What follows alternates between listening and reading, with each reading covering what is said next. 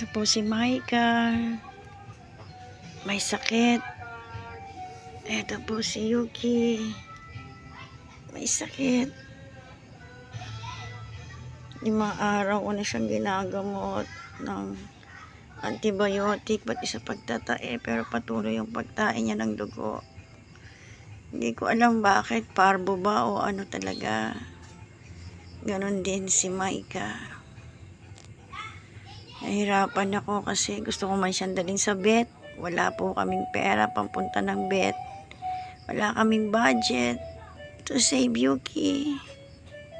Kaya self-medication kami.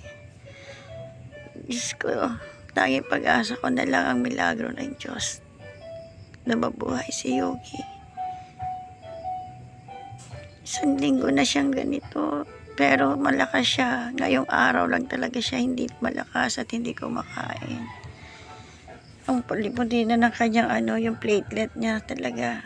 Gusto ko siyang dalhin sa vet. Wala po, walang kakayanan ngayong panahon. Sa dami ng gastos sa kanilang lahat. Diyos ko,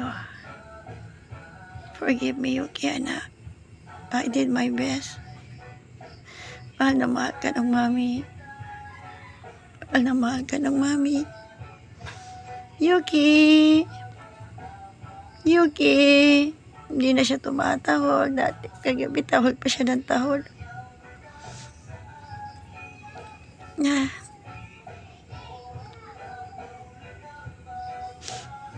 Sorry, anak. Sorry. Sorry. Sorry, Maika. Sorry, bunso. Sorry. Hindi ba yumaman si mami? Para lahat ng pangangailangan niyo maibigay ko.